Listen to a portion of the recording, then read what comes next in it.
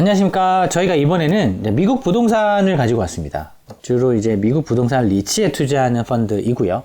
VNQ라고 하는 가장 미국에서 거래되고 있는 ETF 중에서 자산을 막론하고 대표적인 ETF가 될 것 같고, 그리고 이런 대체자산 투자 중에서는 거의 넘버원 투자라고 할 수 있는 부동산에 투자를 하고 있는 ETF입니다. 그러다 보니까 대표적인 지수에 이제 투자를 하다 보니까 아무래도 다양한 산업 리츠들이 포진되어 있습니다. 저희가 일반적으로 알고 있는 리츠들은 거의 다 포진되어 있다라고 보시면 될 것 같고요. 왜냐하면 지수 구성을 그렇게 하고 있기 때문에.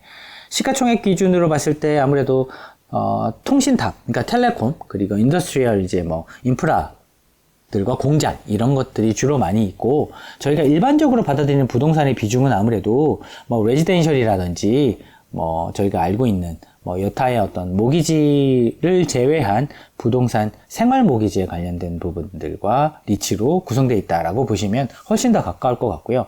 미국이다 보니까 흥미로운 것은 스토리지라든지 헬스케어 부분이나 이제 데이터 센터라든지 이런 것들에 대한 투자 역시도 꽤 높은 비중으로 투자되고 있습니다. 따라서 이런 부분의 어떤 움직임 자체가 전체 산업이 부동산 시장에 영향을 끼치는 부분까지 여기서 경험하실 수 있게 되고요. 이런 것들을 참고 삼아서 다른 대체자산뿐만 아니라 다른 섹터나 산업, 주식이나 채권을 투자할 때도 좋은 힌트가 되지 않을까 싶습니다. 저희도 실질적으로 그렇게 활용을 하고 있고요. 그렇다고 한다면 이제 사실 ETF이기 때문에 이 펀드가 가지고 있는 가장 큰 핵심적인, ETF가 가지고 있는 가장 핵심적인 부분은 아무래도 거래가 어느 정도 되느냐에 해당되는 부분인데요. 상대적으로 이제 부동산인데도 불구하고 거래를 할 수 있다는 게 리츠의 장점 아니겠습니까? 그보다 더 오히려 거래가 더 잘 되는, 사실 이런 이제 ETF 같은 경우는 사실 부동산, 특히 미국 부동산 전체를 한번 투자해보고 싶다. 미국이라는 주식회사에 부동산 부분을 내가 투자해보고 싶다라고 했을 때 가장 선택하기 쉬운 옵션 중에 하나가 아닐까 싶습니다. 사이즈도 거의 한 30-40조 정도 되는 규모를 가지고 있기 때문에 상당히 대형 펀드고요. 거래 역시도 하루에 몇천억씩 거래가 되고 있기 때문에 충분히 사용하실 만하다. 그리고 더 재미있는 포인트는 아무래도 이런 이제 ETF라는 펀드를, 주식시장에 있는 펀드를 투자했을 때, 사실 조금 기대하기 어려운 것들이 높은 배당 수익률인데요. 아무래도 이게 부동산 대체 투자하다 보니까 배당 수익률이 확실히 높습니다. 4%가 넘고요. 사실 최근에 이제 가격이 조금 더 추가적으로 좀 빠지다 보니까 배당 수익이 조금 더 올라온 부분이 있는데, 평균적으로 한 3%대를 보시면 아마 장기적으로 봤을 때는 아마 좀 근접하지 않을까 싶습니다. 그래도 3%대면은 웬만한 이제 채권 금리보다 확실히 높고요. 배당주보다도 이제 배당 수익률이 꽤 높은 편에 아마 속할 것 같습니다.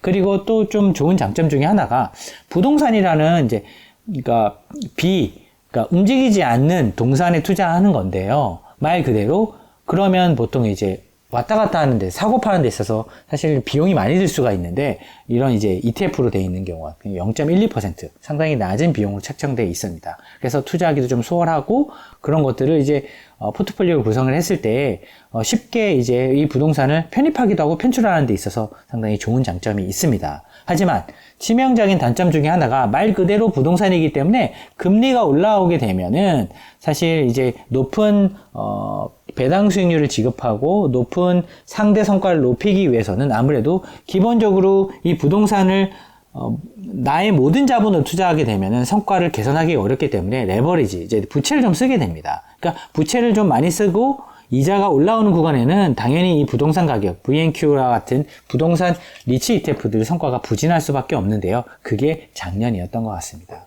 따라서 작년에는 성과가 거의 20-30% 가까이 폭락이 일어난 리츠들이 상당히 많이 나타났고요. 한국 같은 경우는 거의 40% 이상 폭락한 리츠들도 아마 보셨을 것 같습니다.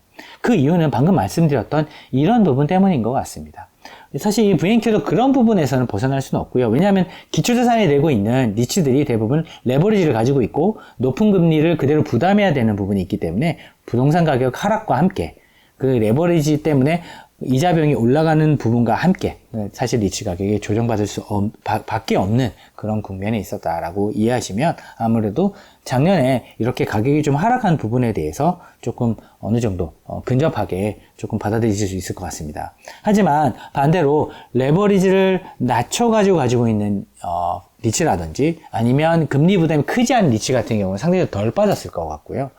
그래서 지금 올해 다시 예를 들어서 금리가 좀 떨어지고 최근에 어떤 금리 부담 때문에 레버리지를 낮춰놓은 이제 리츠나 이런 ETF가 있다고 한다면 사실 가격이 올라갈 때 사실 이런 부분에 있어서 상승 여력도 좀 다르게 나타날 것 같습니다. 따라서 이런 부분을 좀 따져보시는 게 더 중요한 것 같고요. 지금 레버리지는 아마 공격적으로 낮추지 못했을 텐데 금리에 따라서는 어느 정도 이제 금리가 좀 떨어졌을 때 효과적으로 좀 가격이 오를 수 있는 리츠들은 저희가 지금 어느 정도 좀 눈에 보이고 있는 부분이 있는데 그 부분 역시도 개별적으로 하나씩 이제 뜯어보시다 보면 아마 발견하실 수 있게 될 것 같습니다. 그런 섹터, 그러니까 이런 이제 부동산에서 섹터가 존재하는데요. 그런 섹터들 중에서 내가 특정 섹터만 투자하고 싶다라고 하게 되면 이렇게 연결되어 있는 또 ETF들이 있으니까 그 ETF들을 집중적으로 투자하시는 것도 좋은 전략이 될 것 같고요. 아니면 그런 ETF가 여러 개 번들링 되어 있는 ETF들도 여러 개 존재하고 있습니다. 그런 ETF들을 활용하신다고 한다면 가격이 떨어졌던 거에 비해서 올라갈 때 훨씬 더 좀 좋은 성과를 낼 수 있는 그런 기회가 있지 않을까 싶습니다. 저희 역시도 지금 이제 이런 이제 미국 부동산이나 리츠라든지 대치자산의 투자 테마에 해당되는 ETF들을 또 다양하게 저희가 지금 검토하고 있으니까 그 부분 역시도 저희가 업데이트 되는 대로 공유드리도록 하겠습니다. 감사합니다.